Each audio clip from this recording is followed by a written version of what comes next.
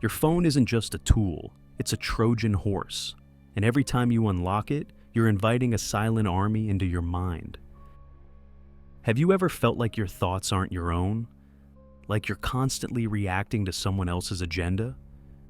You scroll and suddenly you're angry about something that happened to a stranger. You check notifications and your mood shifts based on who did or didn't respond. You find yourself defending opinions you're not even sure you believe. This isn't accidental. Every ping, every headline, every outrage cycle is designed to steal your most precious resource, your focus. 500 years ago, one man understood this battle better than anyone alive today. Niccolo Machiavelli didn't just write about political power, he decoded the invisible war that wages inside every human mind, the war between those who direct attention and those who surrender it. By the end of this video, you'll understand why self-focus isn't selfish, it's survival, why controlling your own attention has become the rarest form of power, and how Machiavelli's coldest insights can turn your mind into a weapon that no algorithm, no manipulator, no distraction can penetrate. This isn't about becoming antisocial, it's about becoming uncontrollable.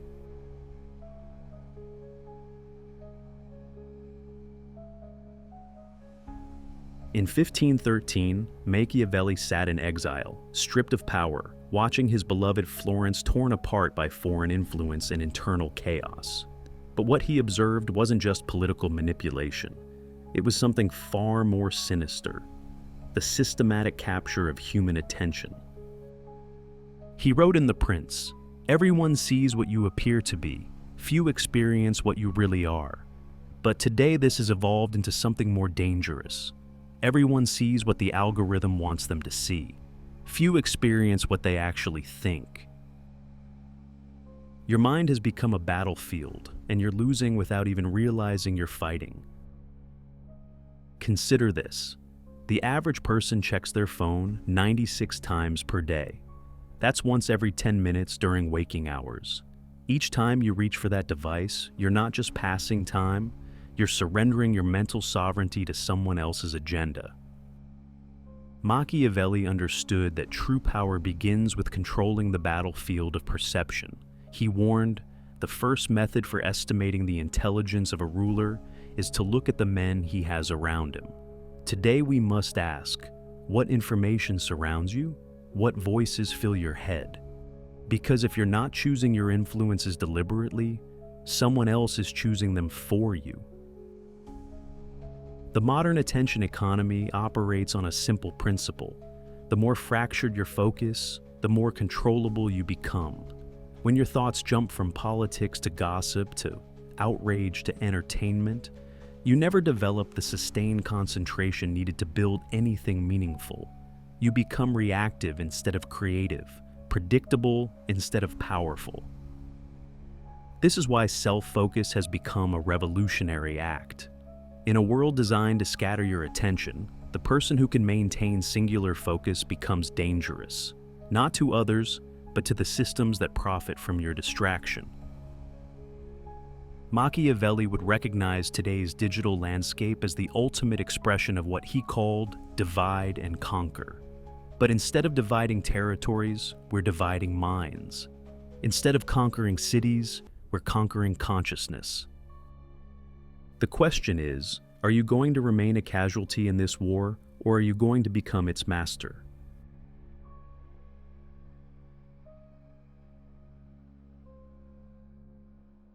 Machiavelli wrote, "Men judge generally more by the eye than by the hand, for everyone can see and few can feel. Today, everyone can scroll, but few can think." Every banner screams for your attention. But whose war are you fighting? The mechanics of mental submission follow the same principles Machiavelli identified in political control. Make the victim believe they're choosing their own thoughts. You wake up and immediately reach for your phone. Before processing your own thoughts about the day ahead, you're consuming someone else's curated reality. Your first thoughts aren't yours, they're programmed. The system feeds you content designed to trigger specific responses. Anger keeps you engaged longer than joy. Envy drives more interaction than contentment. Fear spreads faster than hope. You're not being watched, you're being studied. By morning's end, your mental agenda has been set by forces outside your control. You'll think what they want you to think, feel what they need you to feel, react how they've trained you to react. Machiavelli observed, since love and fear can hardly exist together, if we must choose between them, it is far safer to be feared than loved. The attention economy perfected this. It doesn't want your love, it wants your fear. Fear of missing out, fear of being left behind, fear of not being enough. This fear transforms you from conscious agent into content consumer. Your thoughts become products, your emotions become data, your attention becomes currency, but you're not the one being paid. The most insidious part is how normal this feels. You've been conditioned to believe constant stimulation equals productivity, that being informed means being overwhelmed, that staying connected requires surrendering mental autonomy. But Machiavelli understood. He who controls others may be powerful, but he who has mastered himself is mightier still. The battle isn't just about resisting external influences, it's about reclaiming internal sovereignty. Most people try to limit screen time or curate feeds, but never address the deeper addiction to external validation and stimulation. They've forgotten what it feels like to be alone with their thoughts without reaching for distraction. Focus is your last fortress, and most people sold the keys without reading the terms.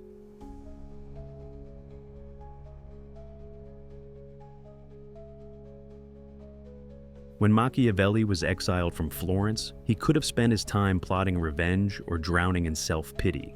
Instead, he did something far more powerful. He disappeared. He retreated to his small estate and used his isolation to develop the insights that would influence human behavior for centuries. He understood what most people fear to acknowledge. Sometimes the most powerful move is to withdraw. In our hyper-connected world, this withdrawal has become both more necessary and more difficult. We've been conditioned to believe that being constantly available equals being important, that silence means irrelevance, that stepping back means giving up.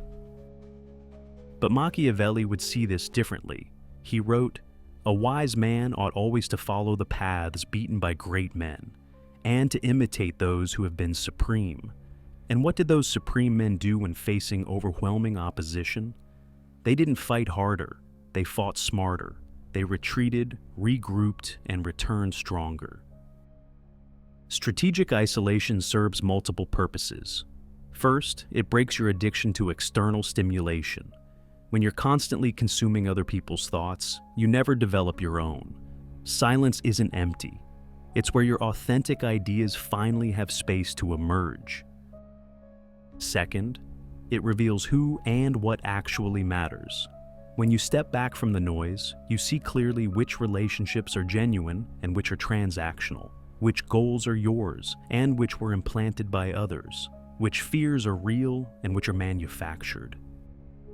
Third, it builds what Machiavelli called virtù, not virtue in the moral sense, but practical wisdom and inner strength. When you can sit alone with your thoughts without immediately reaching for distraction, you develop a rare form of mental resilience.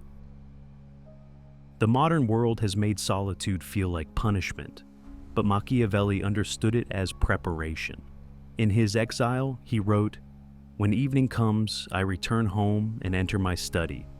On the threshold, I take off my workday clothes, covered with mud and dirt, and put on the garments of court and palace. And in this graver dress, I enter the antique courts of the ancients." This ritual of transformation, this conscious shift from the external world to internal reflection, is what builds mental sovereignty. It's what allows you to engage with the world from a position of strength rather than neediness. But here's what most people miss. Isolation isn't about hiding from the world. It's about developing the inner resources to engage with it more effectively. When you no longer need constant external validation, you become far more influential. When you're not desperately trying to be heard, people actually listen. Machiavelli's strategic retreat gave him the clarity to see patterns that others missed. Your strategic retreat from social media, from constant connectivity, from the addiction to being perpetually informed, will give you the same advantage. The question isn't whether you can afford to step back. The question is whether you can afford not to.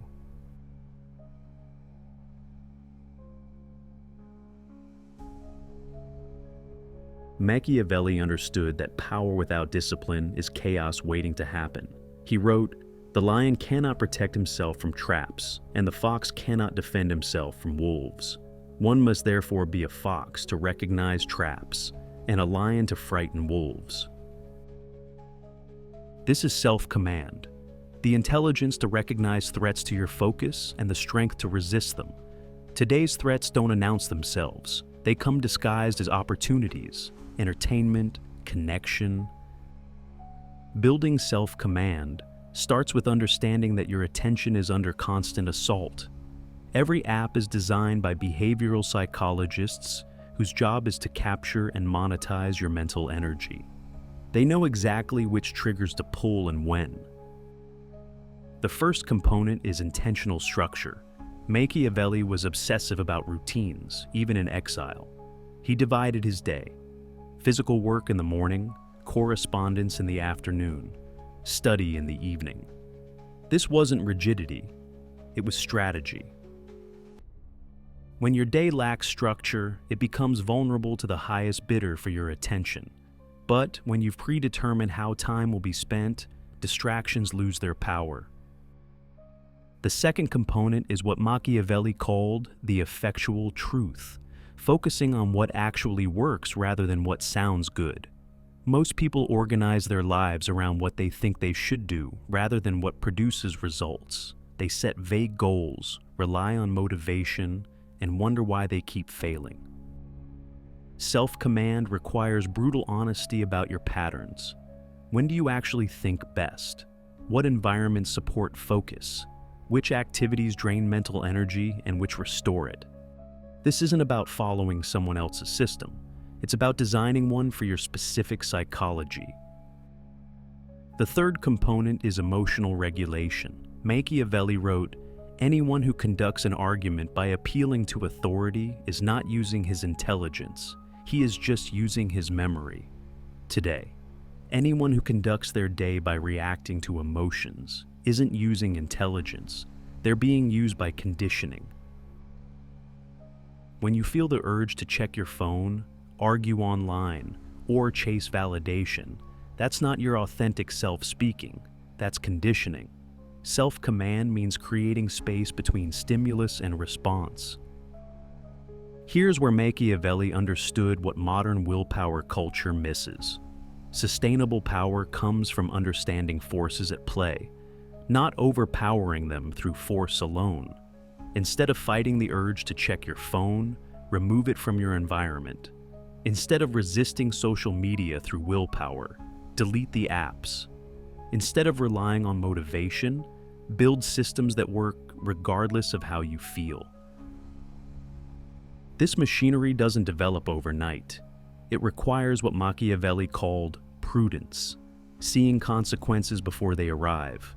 But once built, it becomes your greatest weapon against a world designed to scatter your focus. Machiavelli knew that princes who neglect internal control inevitably fall to external forces. In our time, this manifests as digital collapse, the gradual erosion of mental sovereignty through 1,000 small surrenders to distraction.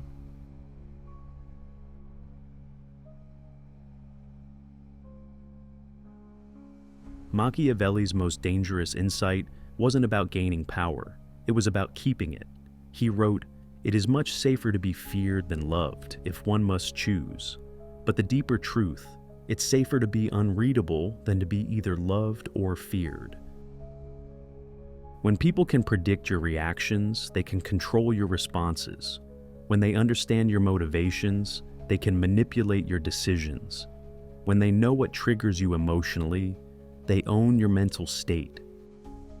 This is why emotional transparency, the modern obsession with being authentic and expressing yourself, is often voluntary vulnerability. You're giving others the map to your psychological weaknesses. Machiavelli mastered strategic opacity. Even his closest allies never fully understood his motivations. This wasn't deception, it was protection. When your thoughts and plans remain private, they remain powerful. Unreadability isn't cold detachment, it's reserved sovereignty. You choose when, where, and with whom to reveal your depth. In our age of social media oversharing, this principle has become crucial. Every opinion you post, every reaction you share becomes data that can be used to influence you. The platforms don't just show you content. They learn from your responses and adjust their manipulation accordingly. True self-focus means developing what Machiavelli called prudent ambiguity. You engage with the world, but you don't reveal your entire internal landscape to everyone who asks. You have opinions, but you don't feel compelled to broadcast them constantly. You experience emotions, but you don't let them spill out uncontrollably. This creates what Machiavelli called reputation management. When people can't predict your responses, they become more respectful. When they can't manipulate your emotions, they're forced to engage with your ideas. When they can't read your intentions, they assume you're operating from strength. But here's the paradox. The less you need to be understood, the more interesting you become. The less you seek attention, the more attention you command. The less you explain yourself, the more people respect your judgment. This is because unreadability signals competence. It suggests you're operating from internal principles rather than external pressures. It indicates depth, mystery, and self-possession, qualities that have become rare in our age of oversharing. The unreadable person has escaped the modern trap of performing their identity for an audience. Instead, they've developed their identity in private and express it selectively in public. This creates natural magnetism that no amount of attention-seeking can replicate.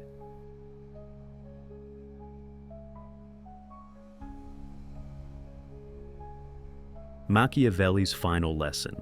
The first method for estimating the intelligence of a ruler is to look at the men he has around him. Today, what influences surround your mind? What voices occupy your mental space?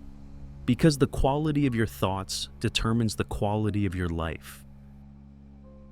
Self-focus isn't about isolation, it's about curation.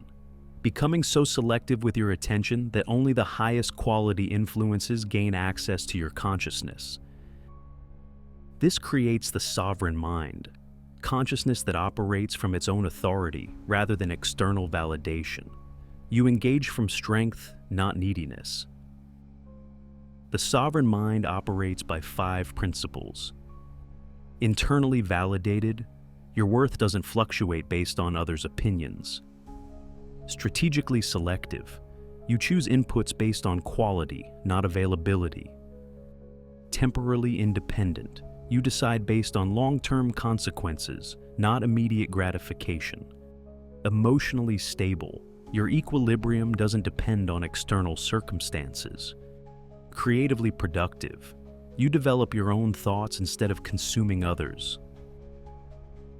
This balance between internal strength and external fortune, what Machiavelli called virtù versus fortuna, determines whether you create your own reality or merely react to others.